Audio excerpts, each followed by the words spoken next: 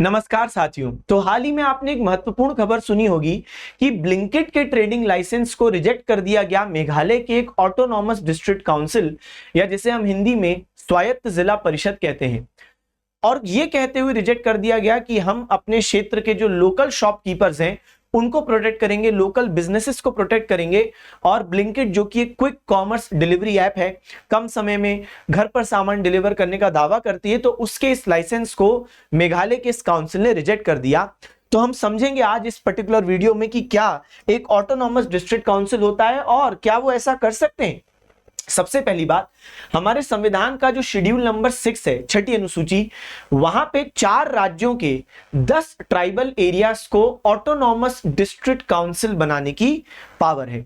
यानी वो 4 राज्य सबसे पहले समझते हैं कौन है, तो वो है असम, मेघालय, त्रिपुरा और मिजोरम। तो जिनको याद रखने के लिए आप एक शब्द का इस्तेमाल कर सकते हैं, एक निमोनिक है तमेमी। तो त्रिपुरा, असम, मेघालय और यहां पर मिजोरम, ये 4 राज्यों में ऐसे 10 ट्राइबल एरिया हैं जहां पे ऑटोनॉमस डिस्ट्रिक्ट काउंसिल बने हैं। क्यों बने हैं? इसलिए क्योंकि संविधान बनाते समय ये बहुत समझदारी दिखाई हमारे संविधान बनाने वालों ने, कि उन्होंने समझा कि ट्राइबल एरियाज के कस्टम्स, उनका कल्चर, उनका रहन सहन बाकी क्षेत्र लोगों से अलग है। इसलिए वहां पे ये ऑटोनॉमस डिस्ट्रिक्ट काउंसिल, जैसे इसका नाम है, ये ऑटोनॉमस बॉडीज हैं। इसलिए पार्लियामेंट के द्वारा बनाए गए एक्ट या किसी राज्य, जिन राज्य में ये मौजूद है, उस राज्य के विधायिका, स्टेट लेजिस्लेचर द्वारा बनाए गए एक्ट भी इन ऑटोनॉमस डिस्ट्रिक्ट काउंसिल वाले ट्राइबल एरियाज में लागू नहीं होते। यानी इन ऑटोनॉमस डिस्ट्रिक्ट काउंसिल वाले एरियाज में ये खुद ही अपने लिए कानून बनाते हैं। वो कौन कौन से कानून होते हैं वो भी हम समझेंगे, लेकिन मुझे उम्मीद है कि आप इसका एम समझ गए, क्योंकि ब्रिटिशों के टाइम पर बहुत सारे आदिवासियों के जो पारंपरिक अधिकार थे उनसे छेड़खानी की गई थी, जिसका नतीजा ब्रिटिशों को भुगतना पड़ा था। बहुत सारे विद्रोह उस समय आदिवासियों ने किए थे, क्योंकि आप उनके जो फॉरेस्ट प्रोड्यूस है उनको इकट्ठा करने पर बैन लगा रहे हो, आप उनके लैंड राइट्स, जो भूमि अधिकार हैं, उनकी जो पारंपरिक खेती है, सामूहिक खेती है, उस पर रोक लगा रहे हो, तो वो तो विरोध करेंगे। इसलिए वो गलती फिर से ना हो, इसलिए संविधान बनाते समय ऑटोनॉमस डिस्ट्रिक्ट काउंसिल का ये कॉन्सेप्ट डाल दिया गया कि भाई आप अपने क्षेत्र को अपने अनुसार मैनेज करो, अपने लॉस खुद बनाओ। अच्छा, तो ये 10 ट्राइबल एरियाज हैं, जिसमें से 3 ट्राइबल एरिया असम में है, मेघालय में 3 है, मिजोरम में भी 3 है, और सिर्फ त्रिपुरा ऐसा है जिसके पास 1 है। तो आप यहां पे देख सकते हो, ये 6 शेड्यूल के अंतर्गत असम के ये जो 3 ट्राइबल एरियाज हैं जहां पे ऑटोनॉमस डिस्ट्रिक्ट काउंसिल है, वो कौन से हैं? तो नॉर्थ कचर हिल्स जिला, कार्बी एंगलोंग डिस्ट्रिक्ट, फिर बोडोलैंड। फिर मेघालय में बात करें तो गारो, खासी, जैंतिया हिल्स। फिर त्रिपुरा में बात करें तो Tripura tribal area district. Mizoram की बात करें चकमा, मारा और लाई। ये वो हो गए 10 ट्राइबल एरियाज जहां पे ऑटोनॉमस डिस्ट्रिक्ट काउंसिल बनते हैं। अब इसमें मेंबरशिप किस प्रकार से होती है, क्योंकि आप देखोगे कि कोई भी आप एग्जाम टारगेट कर रहे हो, अब एक फोकस रहता है अनकन्वेंशनल एरियाज में जाना, क्योंकि अब वो समय गया कि जहां से आपसे बस इतना पूछता था कि 6 शेड्यूल में कौन से राज्य जाते, नहीं, अब वो थोड़ा डेप्थ में जाएगा। तो यहाँ पे ऑटोनॉमस डिस्ट्रिक्ट काउंसिल स्वायत्त जिला परिषद में अप टू 30 मेंबर्स, अधिकतम 30 सदस्य हो सकते हैं। नंबर 1 बात यह है अधिकतम। इनमें से 26 जो होते हैं वो लोगों द्वारा इलेक्टेड मेंबर्स होते हैं, निर्वाचित सदस्य होते हैं, और 4 मेंबर्स गवर्नर द्वारा, उस राज्य के जो राज्यपाल होते हैं उनके द्वारा नॉमिनेट किए जाते हैं।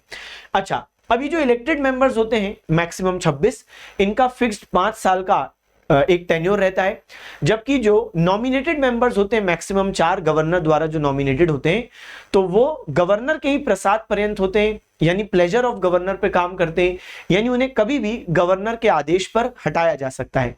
अब ये टेन्योर क्या होता है ऑटोनॉमस डिस्ट्रिक्ट काउंसिल का? तो 5 साल का इनका ये टेन्योर होता है, ये भी हम बात समझ गए।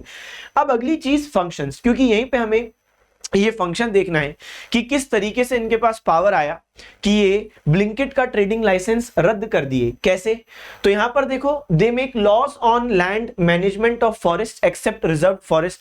तो भूमि संबंधी कानून ये स्वायत्त जिला परिषद अपने क्षेत्र के लोगों के लिए बना सकते हैं। फिर आरक्षित वनों को छोड़कर वनों का प्रबंधन के लिए कानून बना सकते हैं।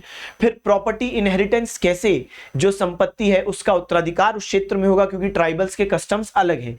और इसके अलावा मैरिज डाइवोर्स कानून, तो यहां पे भी फुल पावर है ऑटोनॉमस ऑटोनॉमस डिस्ट्रिक्ट काउंसिल के पास कि आप पार्लियामेंट और स्टेट लेजिस्लेचर को छोड़ो, आप अपने अनुसार अपने आदिवासी जनजाति समुदायों के लिए कानून बनाओ। इसके अलावा autonomous district councils establish, construct और मैनेज करते हैं प्राइमरी स्कूल्स। तो आप अपने स्कूल्स को अपने परंपराओं भाषा के अनुसार मैनेज करो, कोई दिक्कत नहीं है। सिर्फ स्कूल्स ही नहीं बल्कि मार्केट, फिशरीज, रोड्स वगैरह भी मैनेज कर सकते हो। अब ये जो लास्ट वाला पॉइंट है ये महत्वपूर्ण है क्योंकि इससे हम लोग जुड़ जाएंगे हमारे उस मुद्दे से जिससे हमने शुरुआत की थी कि autonomous district council can make regulations for control of money lending and trading bye non tribals. गैर आदिवासियों द्वारा धन उधार देने और व्यापार करने पर नियंत्रण के लिए भी नियम बना सकते हैं। और इसी के अंतर्गत हम देखते हैं कि ऑटोनॉमस डिस्ट्रिक्ट काउंसिल ने नॉन ट्राइबल्स के लिए क्या कर दिया, क्योंकि ब्लिंकिट आ रहा है तो वो अपने पूरे सिस्टम सेटअप करते, तो उन्होंने बोला कि नहीं भाई, नॉन ट्राइबल्स हो तो हम लोग आपका ट्रेडिंग का लाइसेंस दे भी सकते, नहीं भी, तो इस बार यहाँ पे रिजेक्ट कर दिया गया। हालांकि ऐसे रेगुलेशंस में गवर्नर का असेंट चाहिए, यानी सहमति चाहिए राज्यपाल की भी। अब स्वायत्त जिला परिषद के राजस्व का स्रोत क्या है, कैसे पैसा कमाते हैं भाई, कैसे काम करते हैं इसमें जो मेंबर्स हैं, तो वो तो चलो ठीक है काम कर रहे हैं, लेकिन ऑटोनॉमस डिस्ट्रिक्ट काउंसिल के लिए हमने कुछ चीजें बात कर ली कि आप ये कंस्ट्रक्ट करवाओगे, आप वो कंस्ट्रक्ट करवाओगे, अभी हमने देखा ना प्राइमरी स्कूल कंस्ट्रक्ट करवाओगे, मार्केट्स कंस्ट्रक्ट करवाओगे, फिशरीज कंस्ट्रक्ट करवाओगे, कैसे करवाओगे, पैसा कहां से आएगा। तो व्यवसायों, व्यापारों, पेशों और रोजगार पर कर लगाने की अनुमति है। पशुओं, वाहनों और नौकाओं पर कर लगा सकते हैं। तो टैक्सेस ऑन प्रोफेशंस, ट्रेड्स, फिर taxes on animals, vehicles, boats, तो इस तरीके से पैसा कमाते हैं। बाजार में माल के प्रवेश और बिक्री पर कर, taxes on entry of goods into a market and sale. तो ये हो गए इनके प्रमुख तरीके। इसके अलावा सड़कों के रखरखाव के लिए कर, यानी हमने देखा फॉर मेंटेनेंस ऑफ स्कूल्स या डिस्पेंसरीज, तो ये हो गया इनका तरीका जिससे ये कमा पाते हैं पैसा। तो आज इस बेहद शॉर्ट वीडियो के माध्यम से हमने ऑटोनॉमस डिस्ट्रिक्ट काउंसिल यानी स्वायत्त जिला परिषद पर एक अच्छी चर्चा की। मुझे आशा है कि इससे आपको नई चीजें भी पता चली होंगी और आपके एग्जाम पर्सपेक्टिव में ऐसे अनकन्वेंशनल टॉपिक से आप क्वेश्चन पूछे जाने की संभावना ज्यादा है।